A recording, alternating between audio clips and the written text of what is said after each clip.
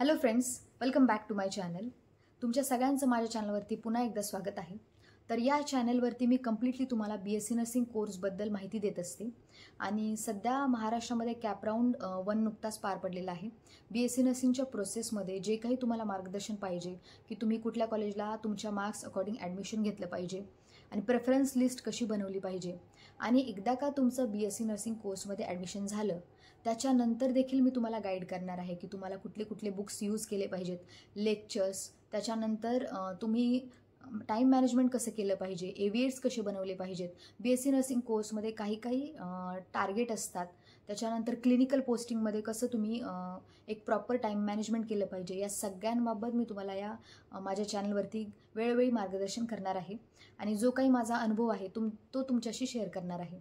तर आजच्या व्हिडिओमध्ये आता नक्कीच फार इम्पॉर्टंट होणार आहे. त्याच्यामध्ये मी तुम्हाला सांगणार आहे की महाराष्ट्र शासनाने जो GR काढला होता की मुलींना मोफत शिक्षणाचा लाभ ते देणार आहेत, तर आता खरंच महाराष्ट्रामध्ये मुलींसाठी फ्री एज्युकेशन आहे की नाही. तर आजच्या व्हिडिओमध्ये फक्त मी BSc नर्सिंगच नाही तर MBBS असेल, BAMS, BHMS, फिजिओथेरपी या सगळ्या कोर्सच्या रिलेटेड जे काही तुमचे डाऊट्स आहेत की मुलींना खरंच महाराष्ट्रामध्ये मोफत एज्युकेशन मिळते की नाही यावरती आजचा कम्प्लिटली व्हिडिओ असणार आहे. तर व्हिडिओ शेवटपर्यंत नक्की पहा. चॅनलवर जर तुम्ही नवीन असाल तर सर्वप्रथम चॅनलला सबस्क्राईब करा. आता सगळ्यात पहिल्यांदा आपण जो काही फ्री एज्युकेशनचा GR आहे तो जाणून घेण्याचा प्रयत्न करू. तर या स्क्रीनवरती तुम्ही पाहत असाल, या ठिकाणी मी तो GR लावलेला आहे. तर तो GR नक्की नेमका काय आहे, तर आता कम्प्लिटली हा आपण पाहू शकतो महाराष्ट्र शासनाचा GR आहे. आणि शासन निर्णय क्रमांक शिष्यवृत्ती 2024 प्रकरण क्रमांक 105 तानशी 4 असं लिहिलेलं आहे. तर त्यामध्ये ब्लॅक कलर बोल्डमध्ये तो GR लिहिलेला आहे. त्याच्यामध्ये पहा तुम्ही लिहिलेलं आहे की व्यावसायिक अभ्यासक्रमास प्रवेश घेणाऱ्या आर्थिकदृष्ट्या दुर्बल घटक म्हणजे EWS इकॉनॉमिकल वीकर सेक्शन, आणि पुढे लिहिलेलं आहे सामाजिक व शैक्षणिकदृष्ट्या मागासवर्ग SCBC तसेच इतर मागासवर्ग म्हणजे OBC या प्रवर्गातील, तुम्ही पुढचा शब्द लक्षात घ्या, या प्रवर्गातील मुलींना शिक्षण शुल्क व परीक्षा शुल्काच्या 50% ऐवजी 100% लाभ मंजूर करण्याबाबत हा GR आहे. ठीक आहे. आणि खाली आता या GRच्या सगळ्यात खाली जर गेलं, आता ही दुसरी लाईन आहे, दुसरं PDF आहे त्या GR मधलंच, तिथं लिहिलेलं आहे की इतर मागास प्रवर्ग OBC आर्थिकदृष्ट्या दुर्बल घटक EWS आणि सामाजिक व शैक्षणिकदृष्ट्या मागास प्रवर्ग SCBC या प्रवर्गातील वार्षिक कौटुंबिक उत्पन्न 8 लाखांपेक्षा कमी असलेल्या पात्र विद्यार्थ्यांना शिक्षण शुल्क व परीक्षा शुल्काच्या 50% लाभ देण्यात येतो. आता हे काही आपल्या इतकं कामाचं नाही आहे, पण जे वरती ब्लॅक बोल्डमध्ये लिहिलेलं आहे त्याच्यामध्ये दिलेलं आहे आपल्याला मुलींना 50% ऐवजी 100% लाभ मंजूर करण्याबाबत. आता हे नक्कीच आपल्याला 100% लाभ मिळणार का, आपल्याला कुठल्याही प्रकारची फी कॉलेजला द्यावी लागेल का, असा प्रश्न सगळ्यांच्याच मनामध्ये येतो. तर आता आपण नेमकं याच्यामध्ये हायलाईट्स पॉईंट समजून घेणं गरजेचं आहे. आपल्या महाराष्ट्रामध्ये जी ॲडमिशन प्रोसेस आहे ती कशी चालते, तर ती जे आपलं कॉलेज आहे त्याच्या टाईप्सनुसार आहे. आपल्या महाराष्ट्रामध्ये 3 प्रकारचे कॉलेजेस आहेत. एक म्हणजे तुमचं गव्हर्नमेंट कॉलेज आहे, दुसरं आहे सेमी गव्हर्नमेंट कॉलेज आणि तिसरं आहे तुमचं डीम युनिव्हर्सिटी. आता जे काही आपलं आपण एक प्रकारे समजून घेण्याचा प्रयत्न करू या ठिकाणी. सगळ्यात पहिले तुमचं गव्हर्नमेंट कॉलेज येतं. आता जर तुम्हाला गव्हर्नमेंट कॉलेजमध्ये MBBS असेल, BAMS, BSc नर्सिंग जे काही असेल, जर तुम्हाला गव्हर्नमेंट कॉलेजमधून MBBS BDS करायचं असेल तर तुम्हाला MCC या वेबसाईटवरती रजिस्ट्रेशन करावं लागतं. जर तुम्हाला आयुष कोर्सेसमध्ये ॲडमिशन घ्यायचं आहे, BAMS असेल, BHMS असेल, तर तुम्हाला AACCC AACCC या वेबसाईटवरती रजिस्ट्रेशन करावं लागतं.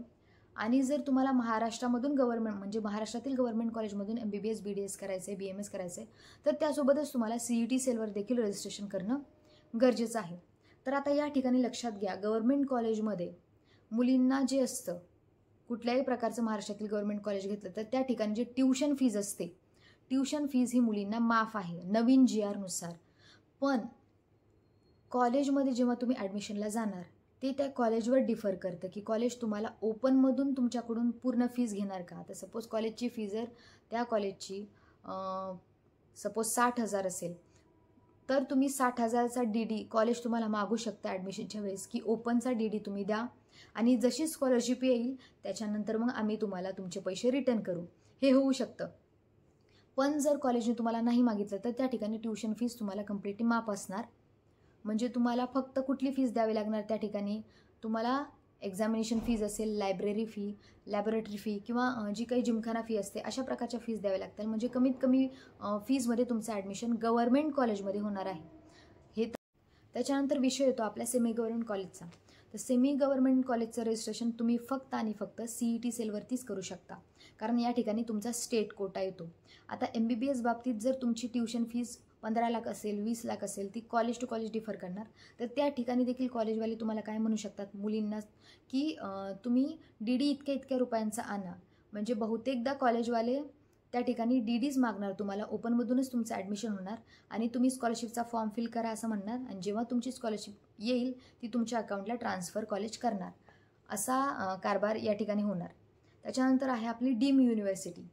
आता डीम युनिव्हर्सिटीमध्ये जर तुम्हाला ॲडमिशन घ्यायचं असेल तर भयानक फीज असते डीम युनिव्हर्सिटीची. म्हणजे जर तुम्ही पर इयरची जरी आकडा जर मोजला तर पर इयरमध्ये तुम्हाला एका वर्षाची फी MBBS कोर्सची 20 लाख, त्याच्यानंतर ट्युशन फीस सांगते मी 30 लाख 35 लाख इतकी असू शकते MBBS BDS कोर्स. तर या ठिकाणी डीम युनिव्हर्सिटीमध्ये देखील ॲडमिशन घेताना जे काही तुमचं ॲडमिशन आहे ते तुमच्या स्कोअरवरती होतं. कुठल्याही प्रकारचे एजंट तुमचं ॲडमिशन करून देत नाहीत किंवा कुणी काउन्सलर तुमचं ॲडमिशन करून देत नसतं. तुमच्या स्कोअरनुसार, तुमच्या मार्क्सनुसार डीम युनिव्हर्सिटी देखील असलं तरी तुमचं ॲडमिशन त्या ठिकाणी होतं. आता जो काही आपला ॲडमिशनची प्रोसेसमध्ये स्कॉलरशिपचा जो मुलींच्या बाबतीतचा प्रश्न आहे, तर या ठिकाणी आपणही स्कॉलरशिप देत नाही आहे किंवा कॉलेज देखील आपल्याला स्कॉलरशिप देत नसतं. तर स्कॉलरशिप आपल्याला येते ते सगळं गव्हर्नमेंटच्या GRनुसार चालतं. गव्हर्नमेंट आपल्याला स्कॉलरशिपचं विवरण जे असतं ते करत असतं. त्यामुळं या ठिकाणी बारकाईने आपल्याला लक्षात घेणं गरजेचं आहे की आपण कुठल्या कॉलेजमध्ये ॲडमिशन घेतो आहे. आणि स्कॉलरशिपचं कसं असतं की पहिल्या वर्षी देखील तुम्ही फॉर्म केला तरी 2-3 वर्ष देखील तुमची स्कॉलरशिप कधी कधी येत नाही. तर ती थोडी समजून घेण्याची प्रोसेस आहे. पण या ठिकाणी एवढं मी क्लिअर करते की जर तुमचं ॲडमिशन गव्हर्नमेंटमध्ये झालेलं असेल तर ट्युशन फीज जी आहे बऱ्याच वेळा गव्हर्नमेंट कॉलेज तुमच्याकडून मागत नाही. फक्त examination fees, laboratory fee, library fee आणि जो काही तुमची जिमखाना फीज असते 10-12 हजार गव्हर्नमेंट कॉलेज जर तुम्ही ॲडमिशन घेत असाल तर जितकी काही भरेल तेवढी तुम्हाला द्यायची असते. खूप रेअर केसमध्येच गव्हर्नमेंट कॉलेज तुमच्याकडून तुमच्या ट्युशन फीजचा DD मागतं तुमच्याकडून, आणि मग त्या ठिकाणी तुमचं खूप कमी पैशामध्येच गव्हर्नमेंट कॉलेजला ॲडमिशन होतं. तर अशा प्रकारचा हा सगळा GRनुसार महाराष्ट्रातील जो नवीन GR आला आहे तो अजून देखील मी या ठिकाणी लावते. त्याच्यानुसार तुम्हाला स्कॉलरशिप तुमची मिळणार आहे. तर तो GR नक्कीच तुम्ही वाचा एकदा. आणि असं नाही आहे की मुलींसाठी 100% फीज आहे माफ, तर लगेच तुम्हाला 0 पैसे द्यायचे डायरेक्ट कॉलेजला आणि तुमचं ॲडमिशन होणार. तर कॉलेजच्या ॲडमिशन वेळेस देखील कॉलेज तुमच्याकडून फीज आकारू शकतं. त्यामुळे हे कॉलेज टू कॉलेज डिफर करतं हा सगळी प्रोसेस, तर ती समजून घेणं गरजेचं आहे. व्हिडिओ जर तुम्हाला आवडला असेल तर व्हिडिओला लाईक करा, चॅनलला सबस्क्राईब करा आणि नक्कीच BSc नर्सिंग रिलेटेड तुमचं कुठलीही शंका असेल तर तुम्ही मला कमेंट सेक्शनमध्ये ती विचारू शकता. या ठिकाणी मी डिस्क्रिप्शनमध्ये माझा ID देखील मेन्शन केलेला आहे, त्यावर देखील तुम्ही मला मेसेज करू शकता. तर नक्कीच आपण भेटूया पुढच्या व्हिडिओमध्ये. तोपर्यंत नमस्कार, थँक्यू.